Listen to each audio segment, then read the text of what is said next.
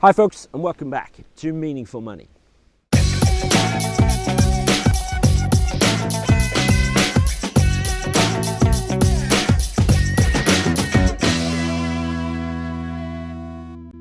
Okay, still here in St. Loy, last one from here for now.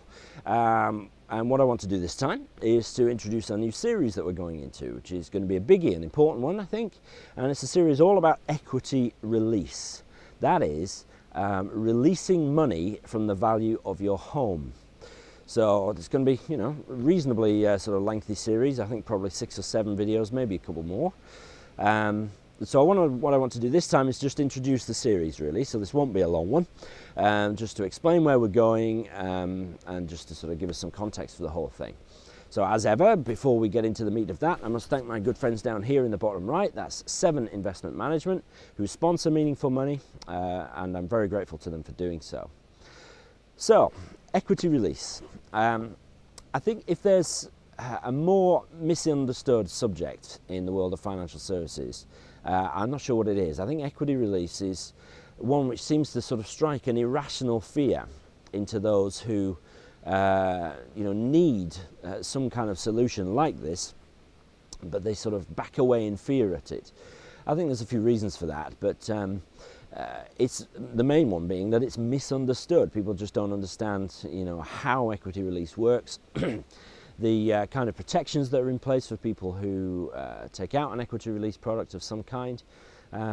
So it's important that we deal with all this in some detail.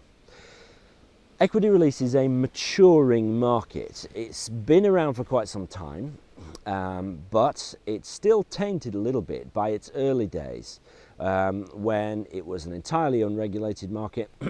Excuse me. And there were some sharks around, and people had some bad experiences of sort of selling off their house for like a quarter of its value, or huge interest rates which rolled up so fast, and their children had to end up paying back some of the mortgage after the people had died. So those days are gone. I'm pleased to say.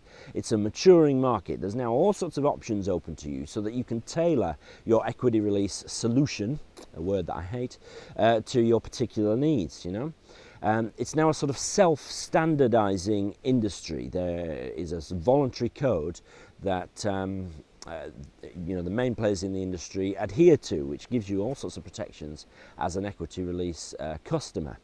So it's just not dodgy anymore. There's all sorts of good things about equity release, and it can be an incredibly valuable tool for some people who are really in a jam.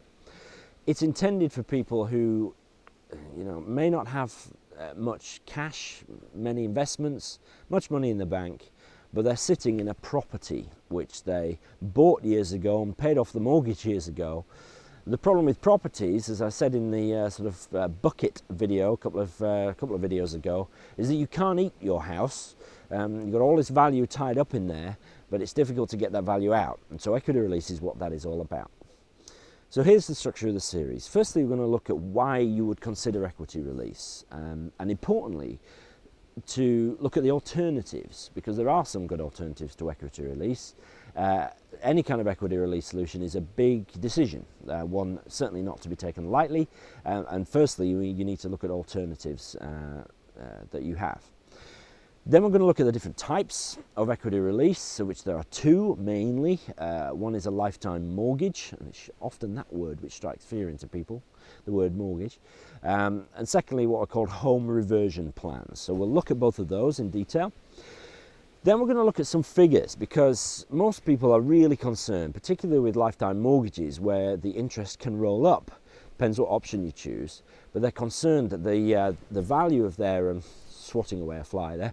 The size of their mortgage will increase very quickly, and that will be a problem. And I'm going to look at some figures just to try and dispel those myths a little bit. Then I'm going to look at something called SHIP, which is the Safe Home Income Plans scheme. It's a voluntary sort of regulatory scheme, which all the good companies in this sphere adhere to. So I'm going to look at that and what that means for you. We're going to look at some planning and legal considerations, the things you need to be thinking about when you're considering equity release. the process you need to go to get advice. It's essential you get advice, not just financial advice, but also legal advice. So I'll look at that process, and then we'll round it all up at the end. So that's essentially where we're going in this series. So it's going to be a good one. I'm excited about it.